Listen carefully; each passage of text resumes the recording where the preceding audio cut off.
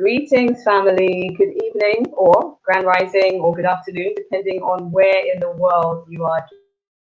It's Angela Asante-Armar, your host for the Women in Leadership, Women in Political Leadership series, even. And you're joining us today, streaming live from Ghana, but digitally from the Power to Our Mothers Foundation Africa Facebook page, the United States of Africa Facebook page, and the United States of Africa YouTube channel for GPAN. So if you are, no matter what platform you are on, if you just taking a couple of seconds and liking or subscribing to the channel, we let us know that you're live or on replay. So if you're joining us today on the Women in Political Leadership series for the first time, a big warm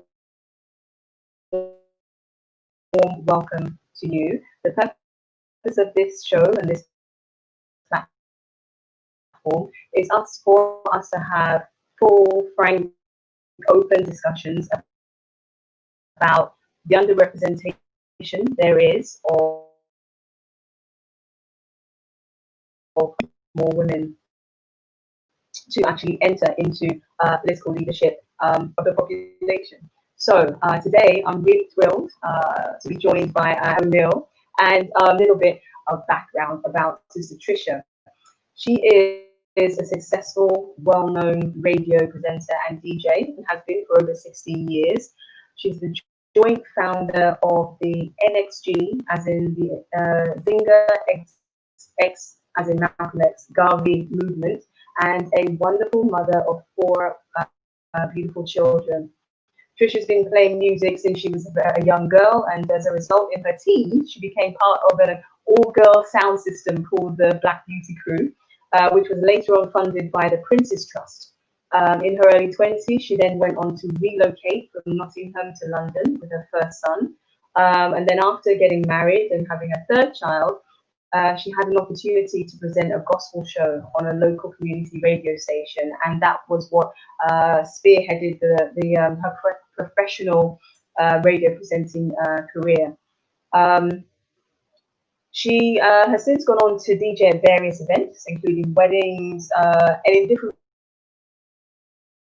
places of the world: Ibiza, Jamaica, Carlisle, Morocco, Malta, just to name a few, and has been on a number of well-known radio stations, T-Soul Radio, Solar Radio, and much more. And all of these things that I've mentioned, she created all of these things while still being a full-time mother, a full-time mum to 4 young children. The children are pretty much grown up now. The youngest is 14, and she now currently hosts a breakfast show, as in Tricia, hosts a breakfast show, which I have been a guest on, called the Elevation Show, which airs every Tuesday from 7 to 9 a.m. GMT. There's a lot more that I can tell you, and I'll let her speak. But the last thing I will mention is her passion and her involvement in contributing to supporting young girls and women who have experienced various traumas in their lives, such as sexual abuse, domestic violence, rape, and basically general life issues. And one of her dreams is to become a transformational life coach, intuitively helping young women and girls in Africa to heal, restore, and rebuild their lives from trauma, creating a women's refuge for healing and self-love and care. I could say a lot more, but we want to hear from our guests. So please do give her a lovely, warm, virtual welcome. Welcome, Sister Tricia O'Neal. Thank you, Sister Angela. Thank you so much for having me on here. It's an absolute pleasure and honor. Thank you and welcome. Thank you also to all the listeners right now who are locked in, and for what you're doing. It's amazing what you're doing. It's definitely something that we need. And I'm glad to see that you stepped up to the plate to bring it to the platform and to invite me as well. Once again, I'm very grateful. Thank you. And thank you. I'm very honored. And just in advance, an apology in advance for any technical issues. If you cannot hear me or our guest, please do drop a comment in the chat, because sometimes there can be a time delay. So today being joined by our guest, Tricia. And Tricia, I guess I may start back to front. So we've heard that, you're a mother, of 4 children, which is wonderful. So how did things develop for you in the sequence of things? Did you get into your career and then have your children? How did that all transpire?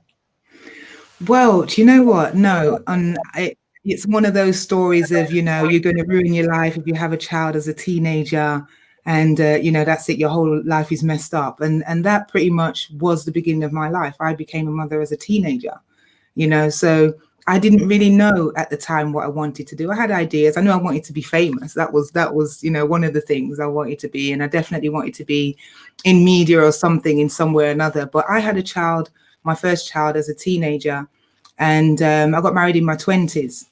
So, I was pretty much a mother all the time, even though I worked when I had my first son. I worked 2-3 jobs sometimes, working nights, working days, relocated to London, did a bit of work in there as well, had my second child. And during that time while I was working, I remember my eldest son, was very much into athletics and football and things like that.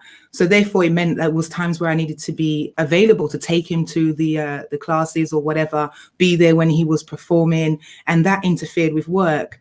And there was one lunch afternoon that I nipped out and stayed a bit longer than I should have on my lunch break to watch him do his athletics at the Croydon Athletics Park. Big thing, big do for him, And I came back and they sacked me.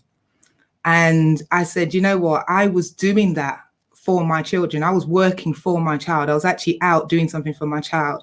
And that's when I actually vowed that I'd never work for anyone again, because I wanted to be able to, whatever work I'm doing is for the benefit of my children, more so, myself as well, but obviously for the children, to provide for them.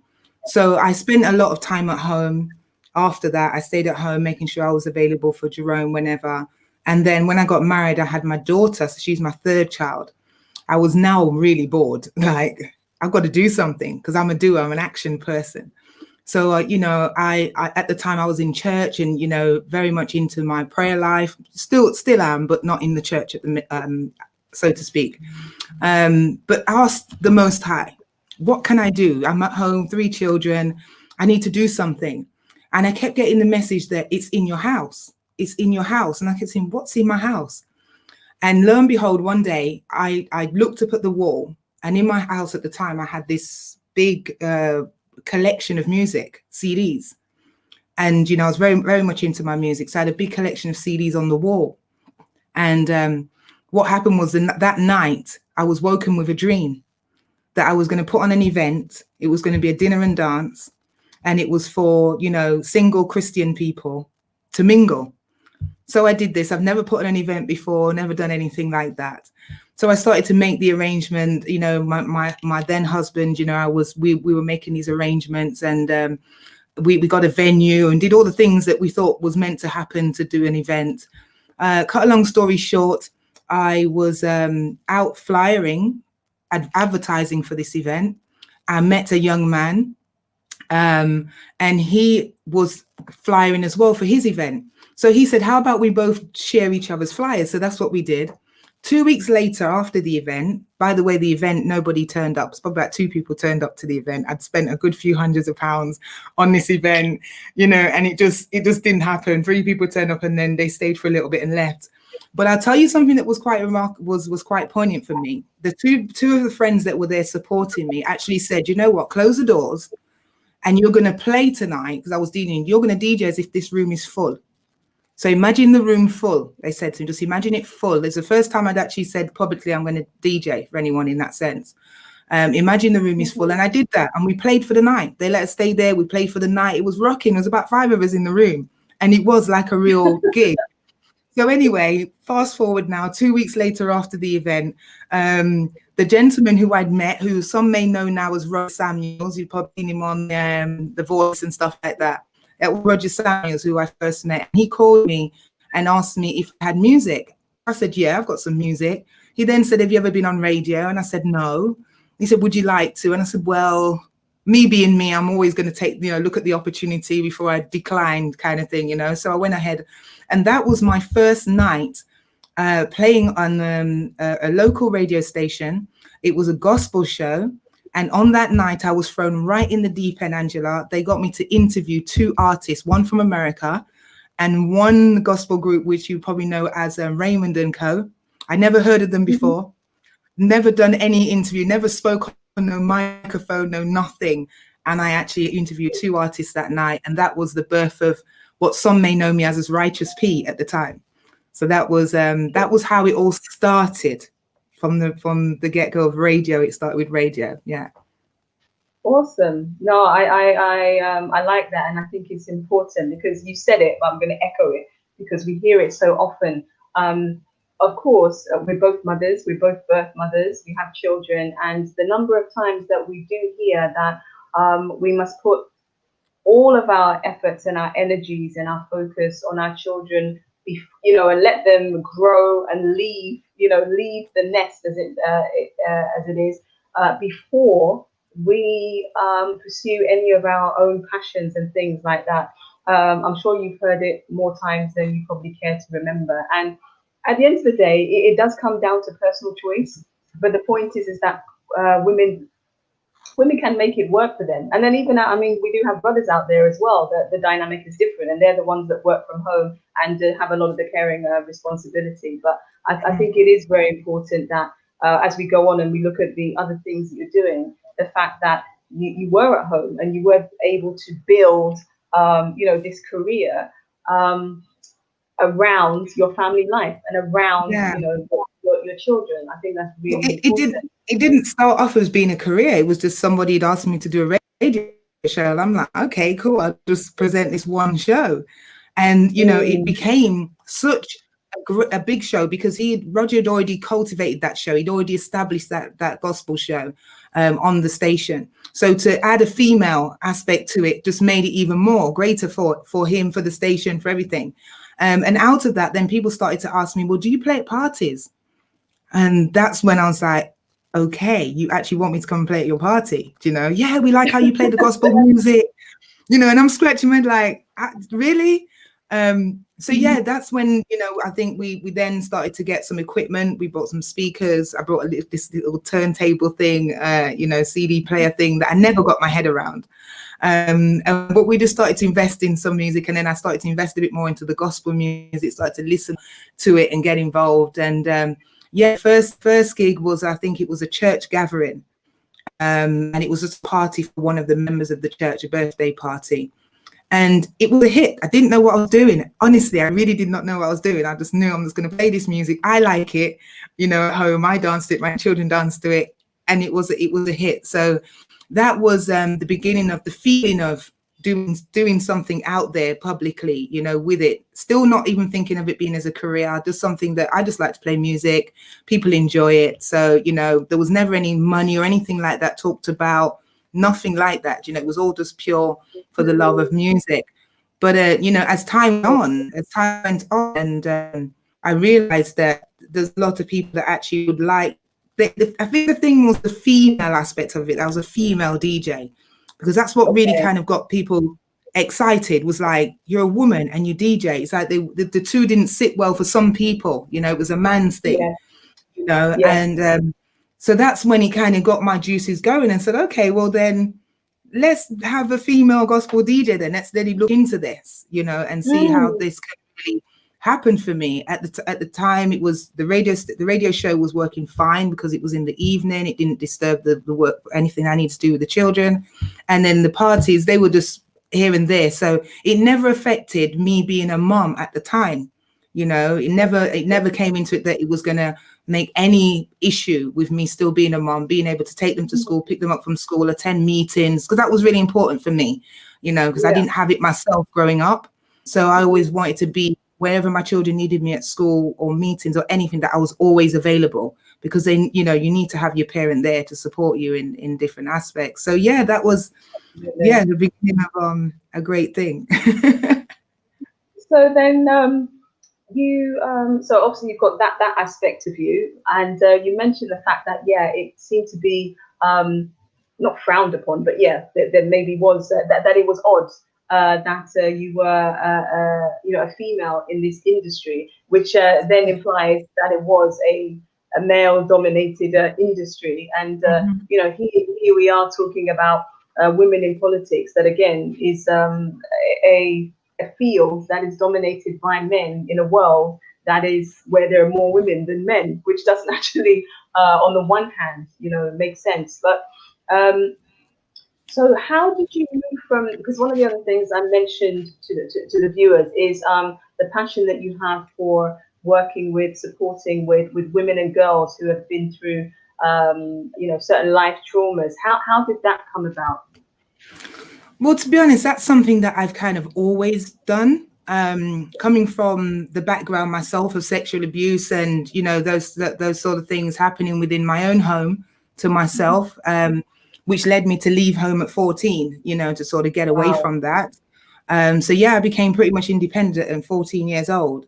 And, you know, having a child at 17, it kind of just set me on this adult lifestyle way before my time, pretty much. And then I found that my paths, especially when I when I got into the church around sort of before that, but I'd find that a lot of young girls or women would come to me and just start sharing their life. And a lot of them had been sexually abused, you know, so it was almost like, I don't know if I had a banner on my head or something, I don't know, but a lot of people seem to say, you know, think I can talk to her kind of thing, not to kind of blow my own trumpet, but that is how it all really came about. You know, we'd just sit talking and people would share with me, and I found that they left feeling really inspired when I spoke to them. A lot of the time I didn't know a lot of the things that I was sharing with them or whatever, other than my own experience. All I could share was my experience. I've been through this. This is what has helped me, you know, to carry on. It doesn't mean I've forgotten what happened to me, but it's enabling me to carry on with my life and live some sort of a life at the time. So I found that, you know, telephone calls would come through, you know, people would want to talk to me in church, after church for a long time. You know, I found that I was, you know, I'd have young women at my home, you know, prostitutes, women that had been on, you know, drugs and stuff like that. Yeah, the church actually warned me and said, be careful who you're bringing home. But I just felt this, like this pull, and I always knew that the Most High had me protected, because if that was something that I was to do for them, to help them, then why would they harm me? So that was my mindset, you know, and I've always kind of kept that. Why would you do something good and then someone harm you? I know it sounds a bit naive, but that's how it was at the time for me, and it worked for me. So obviously as going on, you know, into that sort of thing, then I would actually have women that would just literally call me just for that. I know that I can speak to you. Someone said that I can speak to you. You understand about this. So I want to speak to you about this. It's not something that I would say I'm qualified in, or I've been to college for, or got a degree or anything in. I've just had a life experience, you know, and out of that life experience, I've shared different ways of healing, different ways of, you know, mindset, the way you think, the way you feel, the way you eat, even affects, you know, all of your healing. So these are just some of the simple things that I would share with some of these women, and it really did help. I've had lots of testimonies from some of these women and saying that what we really loved about you is that you didn't give us the answers. You kind of just led us in a way where we could open up our minds to see the balance of both things, for them to think for themselves. And I think that's what's one of the things that, you know, I'm really honing at with these young women. You know, if you're in a relationship with someone or whatever, make a list.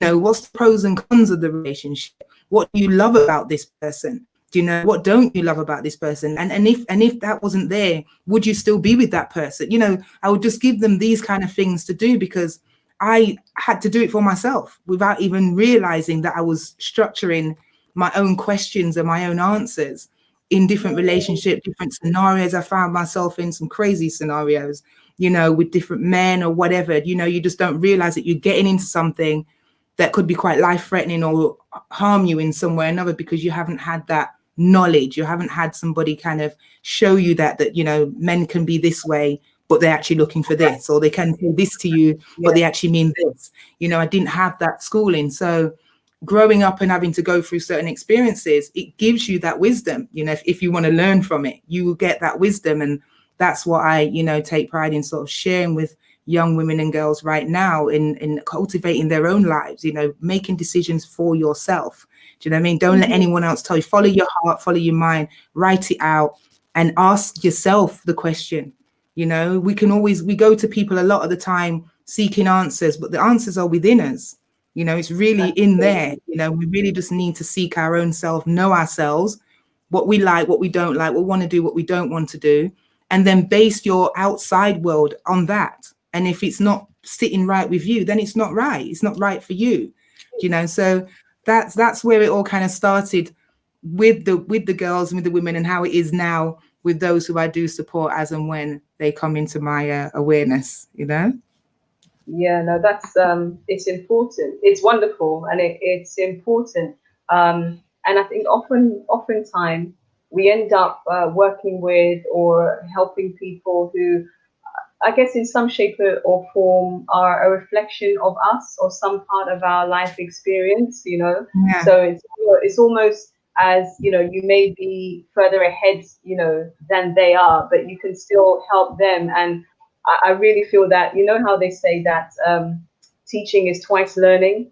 It's almost like, well, like helping is twice healing.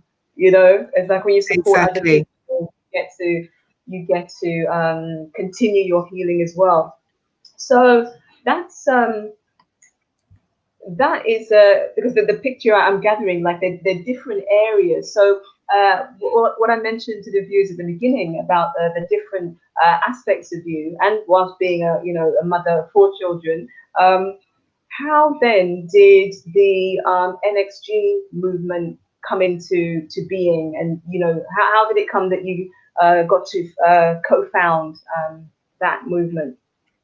Do you know what, that it just as well, just as I say, maybe how the radio and the DJing started was something that we, you know, it just, after talking to several people, family, friends over the years, different dreams, different visions that we get, you know, meeting up with like-minded people. Do you know what I mean? We're all saying that something's got to be done. We need to do something. Somebody needs to do something. Somebody needs to, you know, we all need to come together. We're all saying the same things, you know, and it just came about, you know, the evening that we decided that, you know what, let's just do this. Let's just do this. Let's just make this happen. And we just started to create it. We came up with the name. We started to create it. The WhatsApp groups, the Facebook, everything started to invite people. And that's how it really came about. And it is just growing organically. You know, we have NXG in Kenya. We've got NXG forming in Jamaica. We've got NXG forming in the USA. NXG is in the UK, London, Nottingham, Birmingham. We have members all over.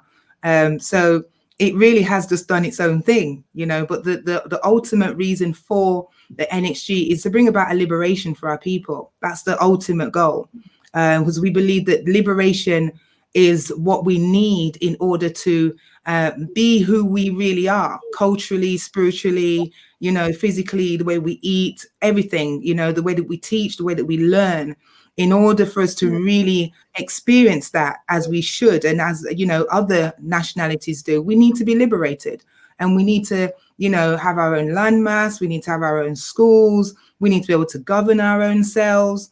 Do you know what I mean? And be in relation and business with each other across the diaspora.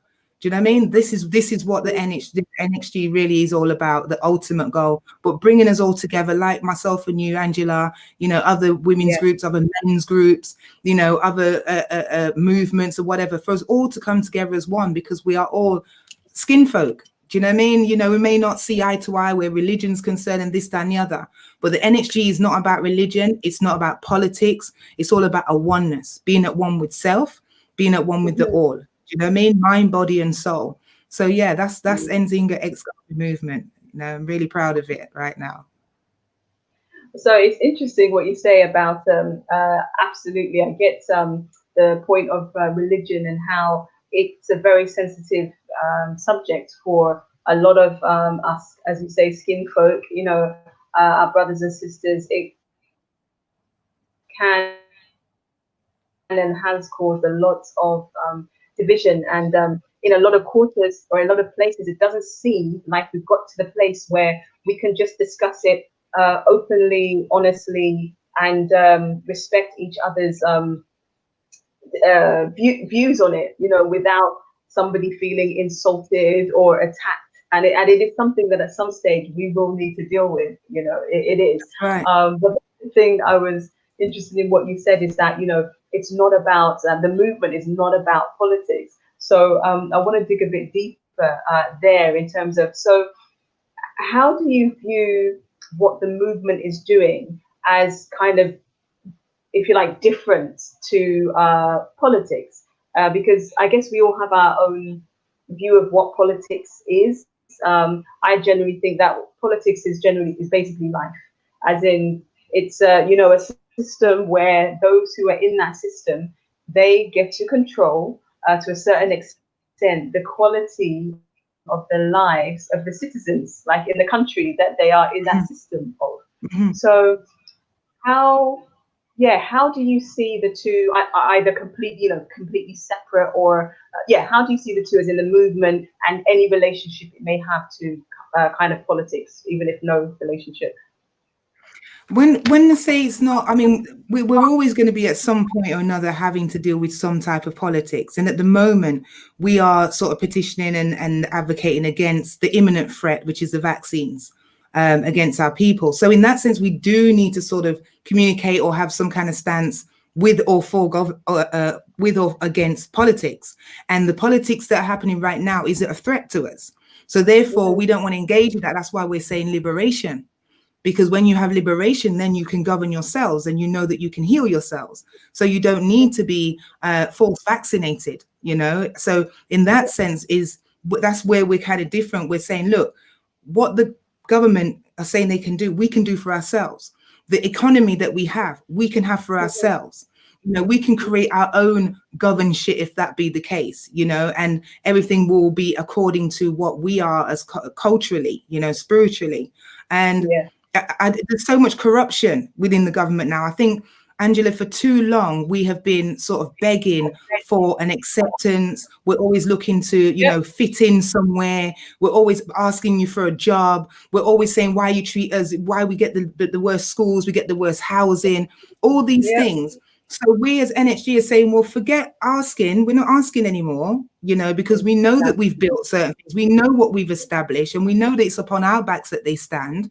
So why don't we stand up and do for ourselves, you know? And that's the sense, that's where we're coming from, is that we're not into religion, because all these different religions have held us as it's been a political stunt as well, and has kept us bound.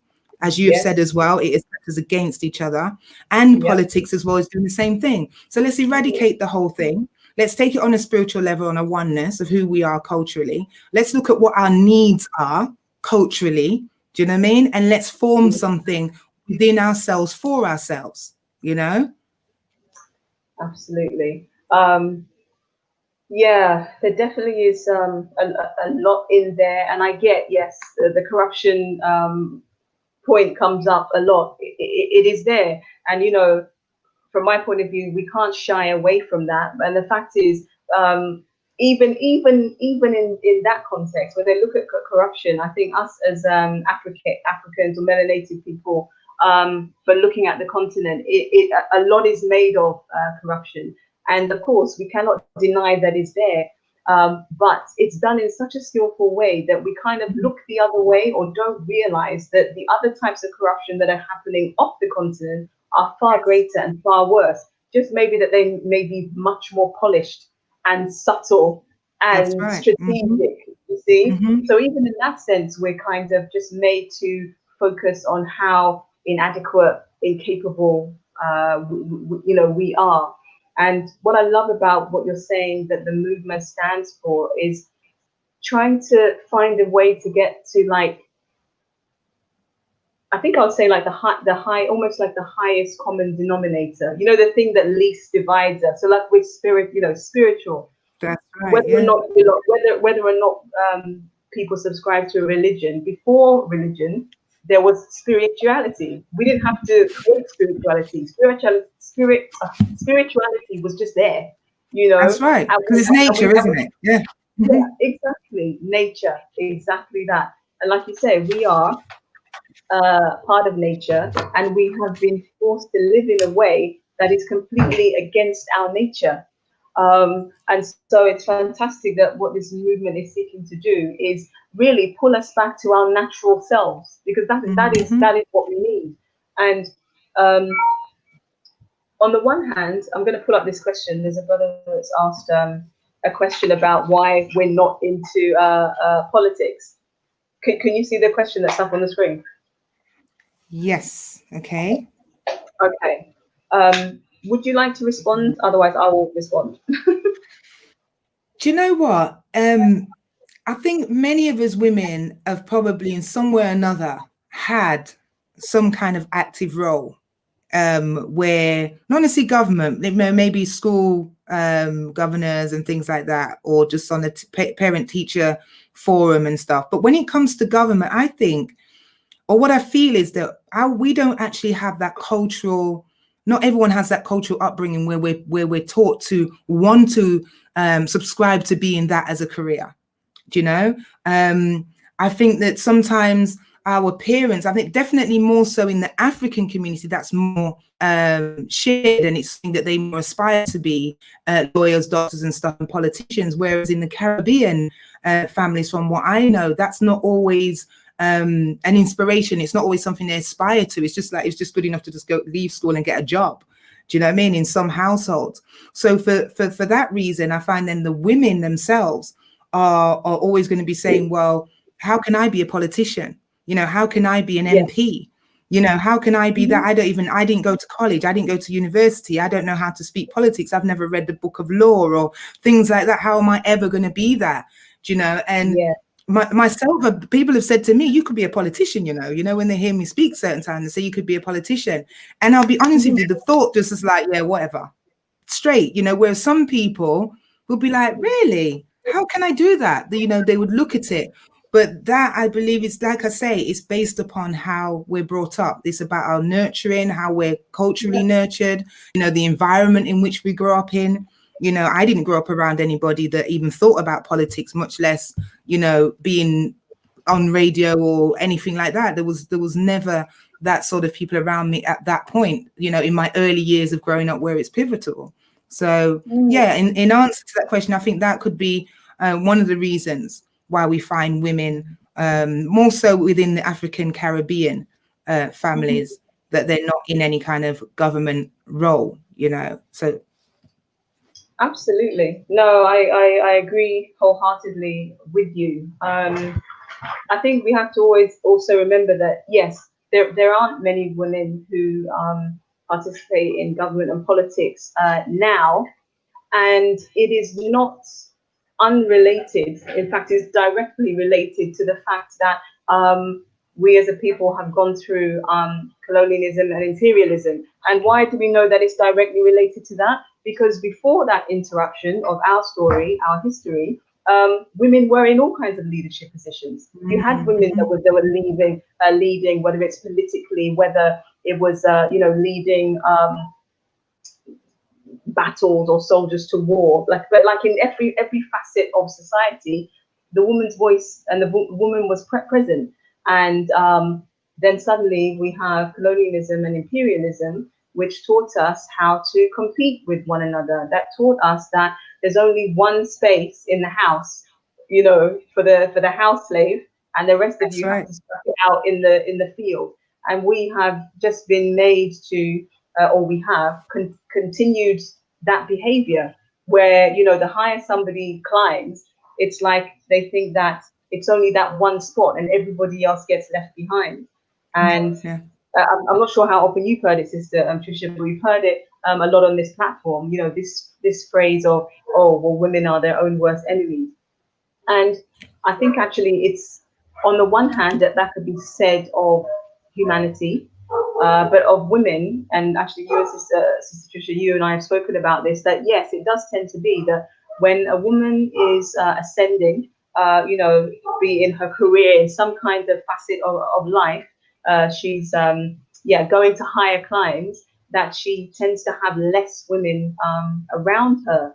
And there was a you can look at it in two ways. Some would say that yes, because then she's pulled in two ways. She's trying to go up and trying to bring some sisters with her, but she's not strong enough to do both. There's too many influences against that. You also have the flip side where, you know, women are like the, say maybe the only woman in a department, or, you know, the only few women in a department full of men.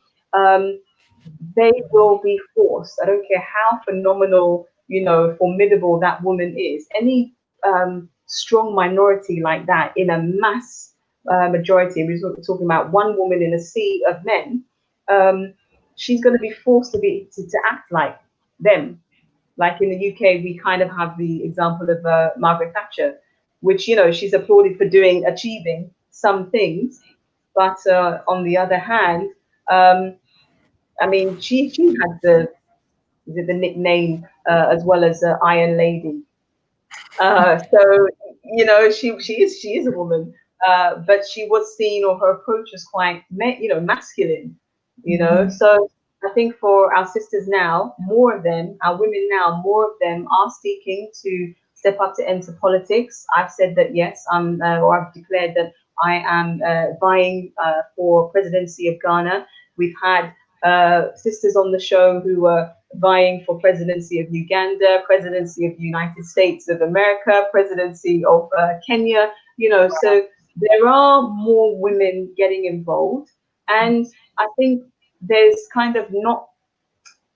more than one way to do things. So one of the reasons why I'm so thrilled that you're on the platform is that, as much as you say that the movement, if you like, NXG is not, it's not set up as like a political arm or a political movement. It's trying to bring us back to the natural. I would see it as something that most definitely would have an impact on our politics and maybe the way that we do politics. Does that make sense?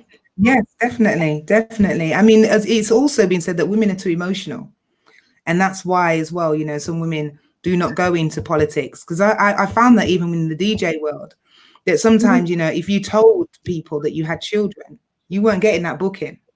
So, you know, and I would, you know, encourage female DJs that were up and coming, or even women that are in business that I've met that are just starting out, and they're talking to me and they're saying, oh, you don't understand, I'm just like trying to sort the kids out and everything, and it's just been hectic and that. And I've had to say to them, look, sis, I really respect what you're doing, but let me give you a word of wisdom. Never make your children be the excuse why you can't get to a gig, or that you can't do a job, or you can't, you know, mail some stuff to people. Never make your children be the excuse, because your children will always be there. So therefore, if you're going to make them an excuse why you can't do the gig, then you might as well not bother even being that person. You find a way to sort the children out, you know, and that's something that I had to do as a DJ, as the gigs started to come in more, and it started to get the residency with, you know, the clubs and stuff like that. Now I've got to find a babysitter, or, you know, and make sure that certain things were in place. If their dad was at home, he wasn't working, then, you know, he would have them, or whatever. Or I just say, no, I just can't do it. But I never say it's because I can't get a babysitter. And I find that's probably, you know, in terms of the politics as well, that's why, you know, some women haven't, or have waited until their children have grown up, because it is obviously something that they feel that they can't do around the children. Well, I'm a testimony that you can do anything around your children if you structure your home life properly. You know, when I first started my DJing career, I also had my own cleaning business. I also worked for a cleaning business because I was gaining knowledge about cleaning business. So I worked for one. I had my own, was employing people. I was also doing the radio show, 3 shows a week at that time, plus being a resident DJ Friday and Saturday nights, plus had my own night as a club night on a Sunday night, was a wife, a devoted wife as well. And, you know, I had to structure cleaning days for my own house. I had to structure when I cooked the food, and, you know, what meal I would cook and how long it would last, you know, and cook up certain meals and put them away. You know, I had to structure how the children went to bed. They had to be at bed. Things had to be structured in a certain way, you know, and because of that, it enabled me that freedom to have that time for myself. If I'd have waited until my children had all grown up, then I may not. It works for different people. I'm not saying that this model works for all women, but I would really encourage women right now, whether you're young or old, or especially if you're young, I would see that as an opportunity to start finding who you are around your child. You know, finding out the things that you like to do, things that you would do even if you weren't getting paid. You know, if it's something that you feel passionate about doing, and you feel passionate about speaking about children's rights or women's rights, then do it. Do it at home. Record yourself. Do the speeches. Put them out. You know, and you don't know what might happen. You know, write the bio. Write them all out. You know, type them up. Do a blog. Do something while the children are sleeping, having a nap. Do something for yourself. Because I don't really feel that the model of waiting till the children grow up really works, because I find you get a lot of bitter women with that. They're very resentful to their husbands, resentful to their children, you know, because, you know, I've had to wait all these years, you know, before you've grown up. Now the opportunities have gone and it's all your fault. Or, you know, while I was being a devoted wife to you, you were going up the career ladder and you were making X amount of money. And, you know, I was had to sit here and wash nappies. You become bitter, you become resentful. Yeah. So I would say just find it. If you love it, if that's what you want to do, you want to start doing some research, get the law books out, get and do a little bit of reading every day, you know, do a little recording of yourself every day and just, you know, sit and look at it. Because every seed that you plant and you water it with these things, there will be a harvest somewhere. You know, my youngest son now is 14. My eldest is 28. I have 2 grandchildren, well, 1.5, one on the way, grandchildren. And in spite of it, no matter what's happened, I always can, at the very least, fall back on a radio show, you know, and still share a message, be encouraging, be inspiring, play some good music, and still, you know, in my own right, I am who I am. In spite of my children or whatever, I am now who I am. And it doesn't matter whether I decide that I'm going to sit down and have 10 more children. I would still have that to do. So never feel that because you've got children that you can't start a career. Never, ever, ever feel that. And never let anyone tell you that you can't either. There's no such thing. It's how you structure yourself, your mind, and your game plan, really, you know? So it can happen. It can happen.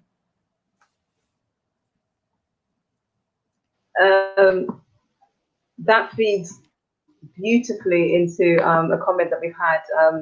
I'll just put it up here for you in terms of the importance of women building their self-esteem. Now, it is true that a lot of us women, I think it's fair to say, what you can say, but I think it's fair to say that yes, a lot of us women, we do have to work on our self-esteem, exactly for the reason that Sister Tricia has just outlined. It's because all our energy goes into the home. It all goes into the children. If there is a husband or a spouse, it goes into the spouse. It goes into the running of the home. Everything that goes into basically the maintenance and sustenance of those lives. And so we forget ourselves. I've been there. I've been in the place, and I have friends that have been in the place when you ask us, what is it that you like to do? We cannot actually remember. We can't remember the last time that we wanted to do something. We wanted to do something that we liked. That didn't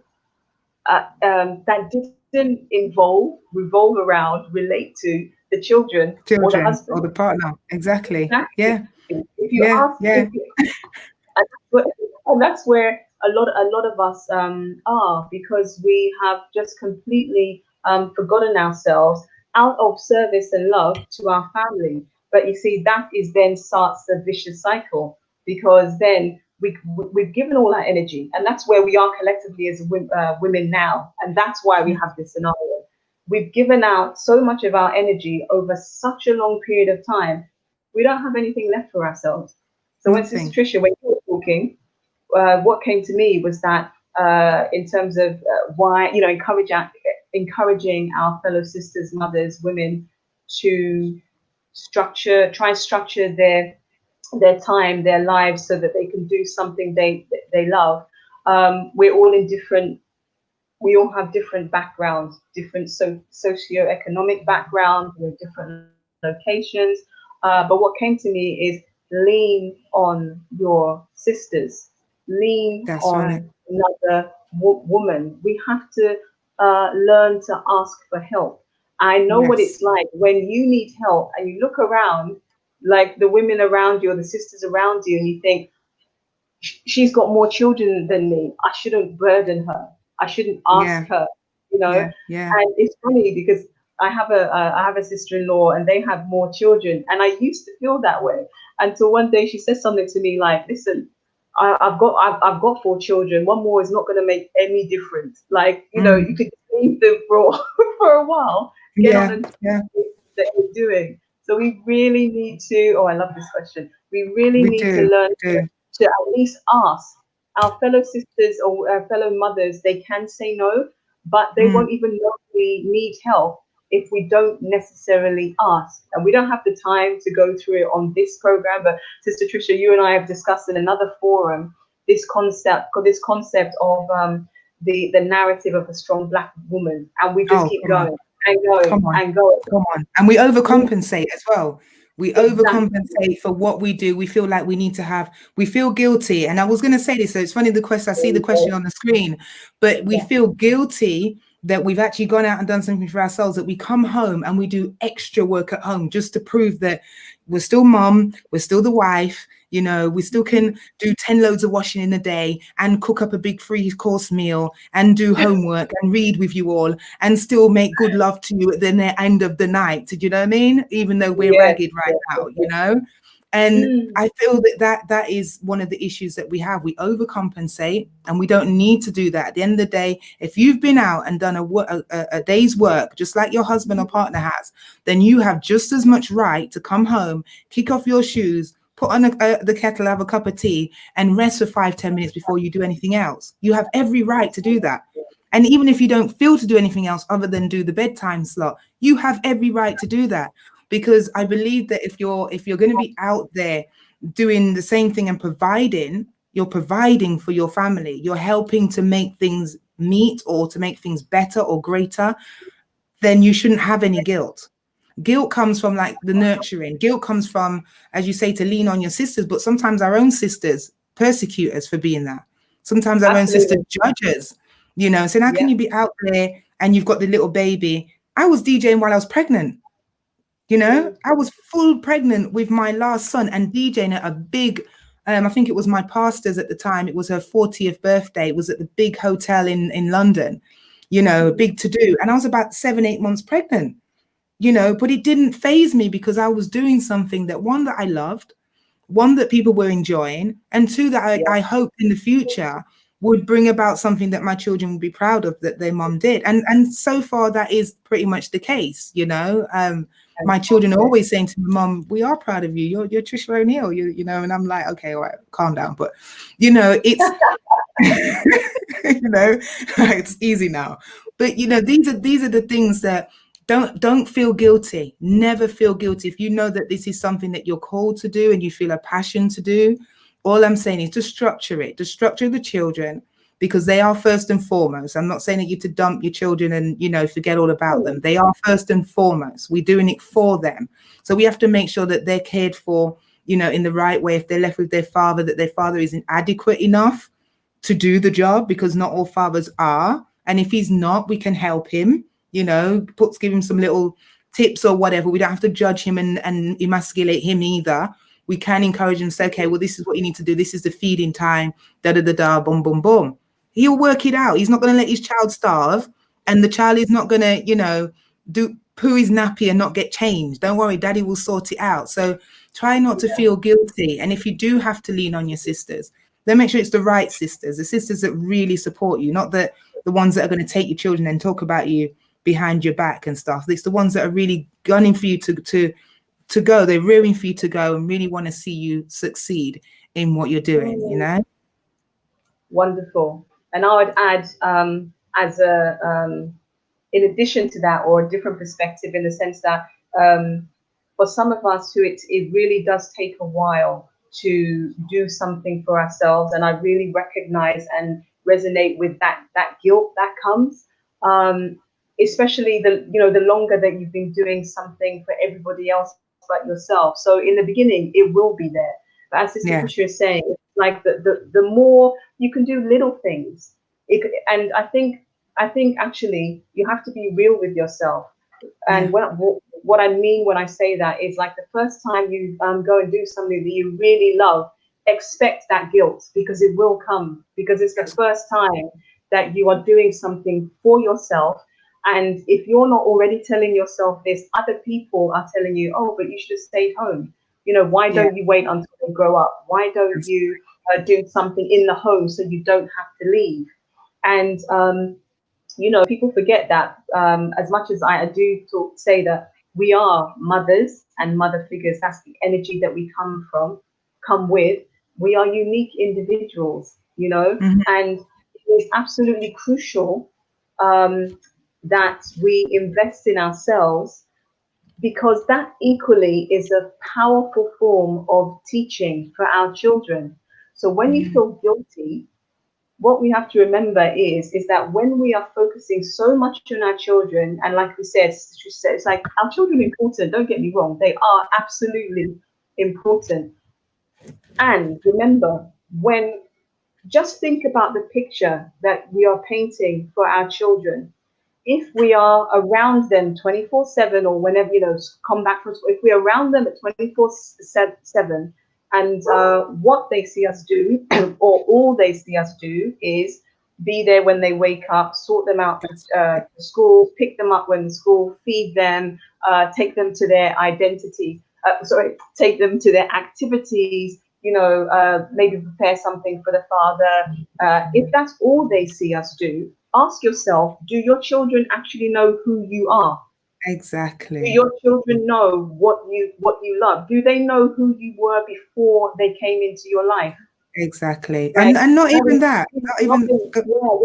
We're robbing them. We're robbing them of seeing that we wear so many hats. We are their mother. We are, in the most cases, if you like, we are a partner. But then, yes, we're a DJ, we're a singer, we're a podcast host, we're a swimmer, we're a writer, author, all these other things. And the last thing I'll leave before I pass back to you, Sister Tricia. So what we are doing is giving them a limited view of who their mother is, and therefore a limited view of the ability of what every woman can do. So just ask yourself, is that the impression, is that the teaching that we want to give to our children, and see how that impacts how you feel guilty about yourself. Exactly. Sister Tricia, sorry, Exactly. you want to say something? No. I just wanted to add to what you were saying about, that we're their mother, but we wasn't born a mother, and as much as some people might find that a bit of a hard pill to swallow, but none of us are born a mother or a father. We were born a boy and a girl, and then we were given a name. And then based upon our upbringing, our nurturing, our culturing, we then became whatever we became, whether it be a mother in the house again, or other things. So we have to let our children see that being a mother is just another role, as being a politician, as being a lawyer, as being a teacher, as being a DJ, as being a radio presenter. It's just another role. It's just that this role, we are 24/7. We never stop being a mother. Even when they grow up, we're still right. We still think about them. We still worry if they're going to be okay. It's a mother's role for some people. And I say for some people, some mothers, because not every mother is maternal. Not every mother has those maternal instincts. They just had the child based upon whatever circumstances, and God bless every woman that's ever had a child in circumstances that you didn't plan. I'm not knocking you at all. That's the last thing I would ever do here. We all become mothers for various reasons, but we don't all have that maternal instinct in us to be caring for those children, to really be looking out for them. But what we have to remember is, when we show our children, it shows, as you said, Sister Angela, the diversity of women, and I know men are diverse, but we're dealing with women at the moment. So men, if you're listening, forgive me. But the diversity of women, that we can do so many different roles all in one day. How we do it, I don't know. Sometimes I don't know how I've had 1 hour sleep and still present a 3-hour show in the morning, but I do. So obviously there's something within us that, you know, we can draw from, that strength we can draw from, that comes from the creator, you know, that we're able to do these things. And that's why I say, do not ever let you having a child stop you from being what you want to be, because you can draw from everything that you desire is in you. You know, every answer, everything that you desire, everything you want to be is in you. It's up to you to think it, feel it, speak it, and be it. You know, once you can see it in your mind's eye, once you can think about it and you can speak about it, you can be about it. It's as simple as that. Do you know what I mean? And, you know, as well, I would encourage women to not always think you need to have a degree. You don't always have to go to college. As much as I respect and honor women that have done this, you know, I'll be real. I've never taken a DJ course, never, you know, and I can mix, I engineer sound, you know, I can string up a sound, you know, and I've never been to college to learn it. I learned it on the go. You know, I've never taken a radio presenter course. I've learned it over the years. I've just perfected my craft, my skill over the years, my own self, and drawing from what's in me. So, you know, if we were to, and it's one thing I love with NXG, because we strip down all these things, we strip it down and say, come on, let's go back to self, go back to the bare core of who you are. Who are we as a people? And let's join that force together and say, we are mighty. We are geniuses, all of us in our own rights. You know, women, you can be a politician. You can be the president, Sister Angela. I'm rooting for you to be president. Why not? And why not you? Do you know what I mean? That's what we need to be saying to ourselves. Why not me? Why can't I be that, you know, that well-known female DJ? Whether people are going to frown upon it or not. Why can't I go to a, for instance, at a gig? I wear a dress. I'm not dressing in a baseball cap and t-shirt looking like the men, because I'm not a man. I'm a woman. Exactly. So I'm still, you know, and it's something that I know was, you know, and something that they like to see when I turned up to DJ. A lot of the people didn't think I was the DJ until I got on the decks, because they thought I was just another lady that was in the party, because I'd done myself up. I'm here to party with you guys. Do you know? I'm not here to I love that.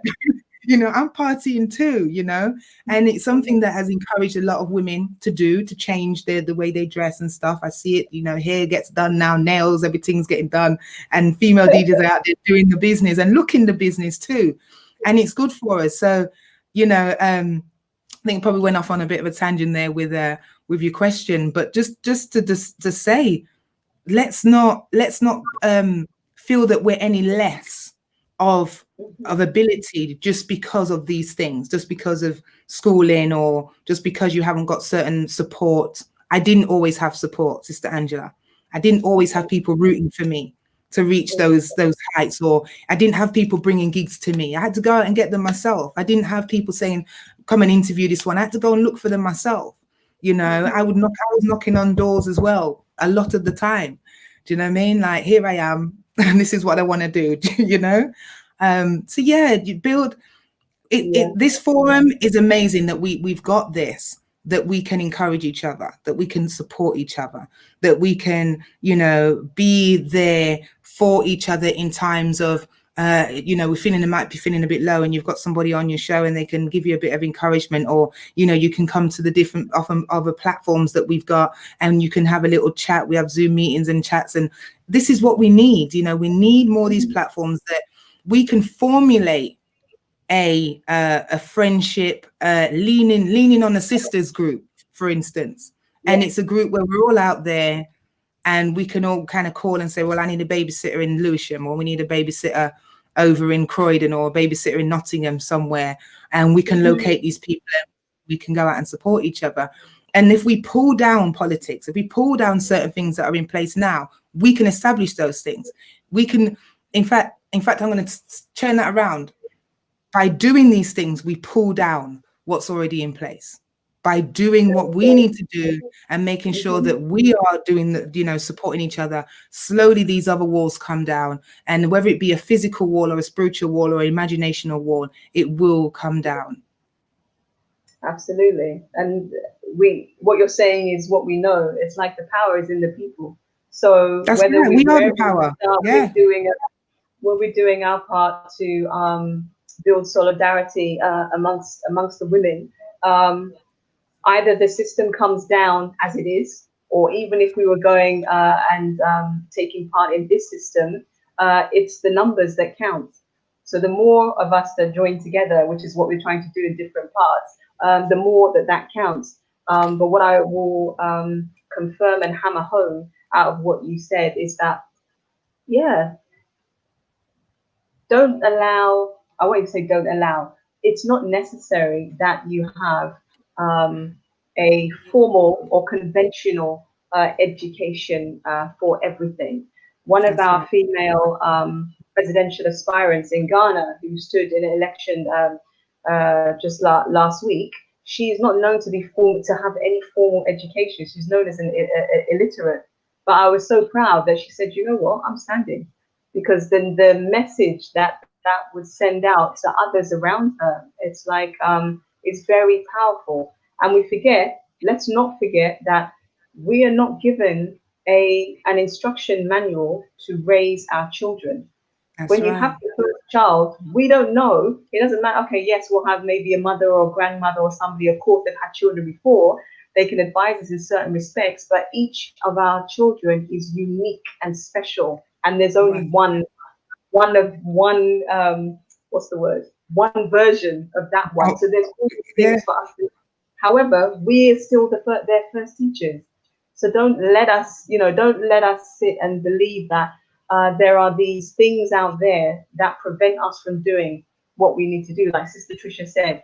And all I'd add to that is that, especially if and when you are the first person going to do something, just expect that if you're not going to be met with open arms, you'll be looked at like you're probably crazy, because nobody's Yep. done it before, Yep. Yep. but that doesn't mean that it's not for you. It Mm, doesn't mean that it's not for you. 100%. Yep. We are about time and to wrap up. It's been so, we could be here for another 2 hours clearly on the show, but Sister Tricia, any last words or closing message for our viewers today? Closing message, I would say, at this time right now, where things for some people are looking a bit bleak, for some people it's looking really exciting, depending on what side of the fence you're on. I would say just to continue to hold your head up, continue to think for yourself. So when I say hold your head up to your highest for yourself, that your mind can think for itself. You can ask yourself questions. You can go and do your own research, and you can find out what's right for you. Whether you be male or female. And I do believe that, male and female, we need to come together more. And we need to, have time together more as well. In this time as well, I would say, sisters, if you're listening in, check on another sister. Whether you've talked to her or not, whether your friend, if she's in your phone contacts, even if it's a text message, send her a text and ask her how she's doing. How are things right now? If she's got children, ask her she's coping all right with the children. It just takes a text message, but a phone call is much more personal. Phone call is much more, touching. But I would say definitely look about each other. Let's not talk about being in a sisterhood or checking for my sisters and I'm all about my women. Let's really be about it. Let's make a change a narrative and be about that which we say we're going to be, because in order for things to change, it has to change with us first. We are the change that we're looking for. We are the light that we're trying to find. We are the opportunity that we're trying to create. We are it. We are the purpose that we're looking for. When you show up, purpose shows up. A lot of the time we're saying that I need to find my purpose. No, honey, you are purpose. Whenever you show up, if it means that you show up and you're able to cook food for your children, then that purpose was met. So you were purpose. If you look at it like that, you'll never have to look for your purpose ever again, because you are it. You just need to find your domain. You need to find your place more so than find your purpose. Just find where you need to place yourself. Do you know what I mean? For me right now, I love the Elevation Show every Tuesday, 7 a.m. till 10 a.m. on uniqueradio.org. Just put it out there. You can also download the app as well. But one of my places is behind the microphone on the radio show. my purpose then shows up. I am purpose. The purpose is that I'm bringing a message to you, whatever that message is for that day. I'm going to help you find a way to eat more healthier. I'm going to help you find ways to heal yourself, you know, whether it be mind, body, or soul. So I am the purpose. Do you know what I mean? So I would just encourage, in my last words, is to be encouraged, believe in yourself, love yourself. If you can't love yourself, no, you can't expect anyone to love you. You know, and that self-love, we haven't got time to really go into it, but just look yourself in the mirror and say, I love you. That you could just start right there. And it may be weird, but start right there and say, I love you. Grand rising, wake up in the morning and say, Grand rising, I love you. Blow yourself a kiss.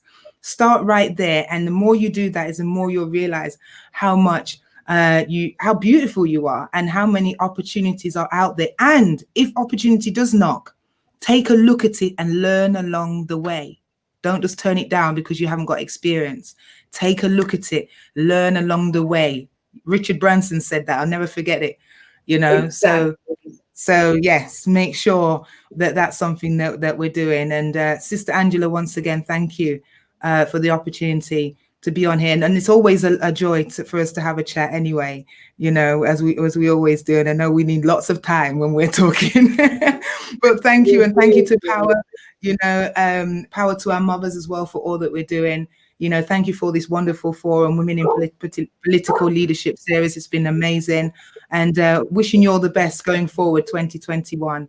And the women, all the women involved. And women, all the best for the following this year and going into New Year. Do your thing, girl. Don't make anyone stop you. Only you can stop you. Fantastic. Thank you so much, Sister Tricia. So that again is every Tuesday from 7 a.m. till 10 a.m. The Elevation Show with Tricia O'Neal on Unique Radio. That's right, isn't it? Or you can download uniqueradio.org. Yeah. Uniqueradio.org. You can download the app. And what more? There's plenty more to say, but that's all that we have that time really to say this evening. And remember, the roles that you play. Don't let the roles that you play in your life for women, they're scalable. That's how I see it. As I say, now, especially in this time, we're talking about, you know, political leadership. The women, all we need to do is step up to take care of the country the same way that we take care of our homes. That's it. Sister Tricia's here, right. Mother of 4 children, radio presenter, DJ, founder of NXG Movement. What can I say, advocate and support for women and girls going through trauma. And I'm sure there's a whole heap of other titles there. And if you just look at yourself in your life, how many areas are you showing up as a leader in your life? You're already doing it. It's just that somebody else may tell you, oh, no, you're just to be in the home. But I'm telling you, if you're nothing else but a mother, you're already occupying a number of leadership roles, and they are scalable. They are transferable. So thank you to all. Thank you, Sister Tricia, again for joining us. Thank you to all the viewers, whether you're watching live or on replay. Please do share. Join us again next week for the last episode for this year. Yeah, all the best to you wherever you are in the world. Until next week, I'm Angela Asante-Armar. Thank you again, Sister Tricia O'Neal. Thank you. Much love to you and blissfulness. Bye for now.